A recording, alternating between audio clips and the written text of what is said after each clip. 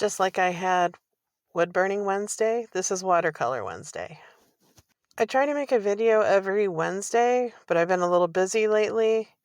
But I'm hoping that I'll have more time to get more of these videos done. I'm using masking fluid.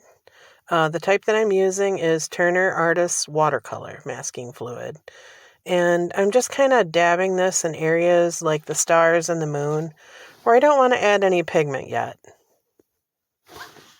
I'm using this little tiny dropper bottle, and I'm also using like a rubber tipped brush, sort of like a silicone brush, to move it around. I've heard that because it is so sticky, it will damage your paintbrushes. So you don't want to use a bristle brush to move that masking fluid around.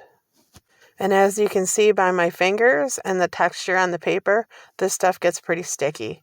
I would kind of compare it to rubber cement in consistency.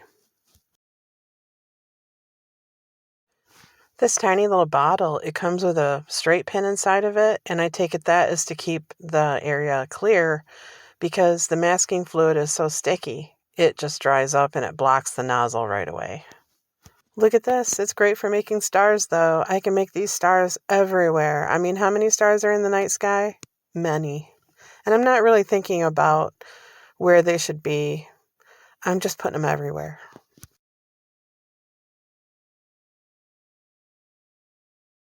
Painting the night sky reminds me of when my dad took an astronomy class. He was in his 60s.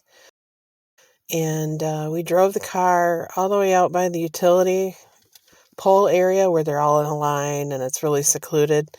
And we just kind of looked at the night sky and he told me everything that he'd been taught so far.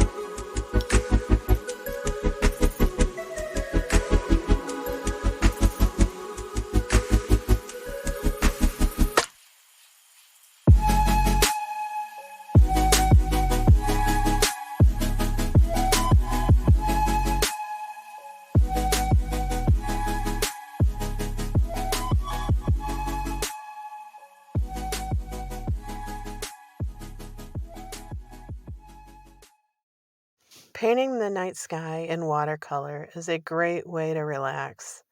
Just let those colors end up where they should. And when the painting begins to dry, you're going to see things you never saw when you were applying it. You might see outlines of clouds, different colors. You might be reminded of a memory that means a lot to you. I hope that when you sit down to do your own night sky painting, you add the colors that you think should be there. You don't need a picture reference, just your imagination. What do you think the night sky looks like? You've seen it enough, you know what to do.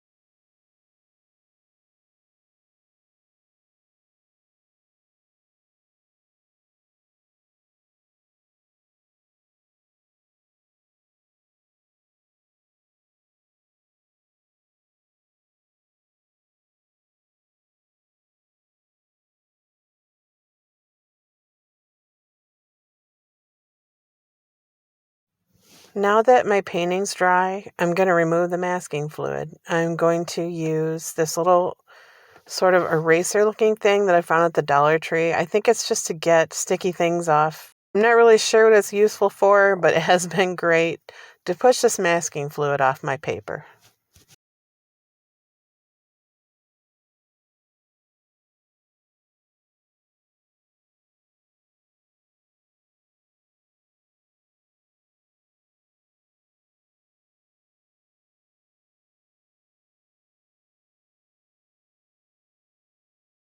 Now that the masking fluid is removed, I can see where I missed some spaces with the masking fluid, and there was some gaps that some pigments got into.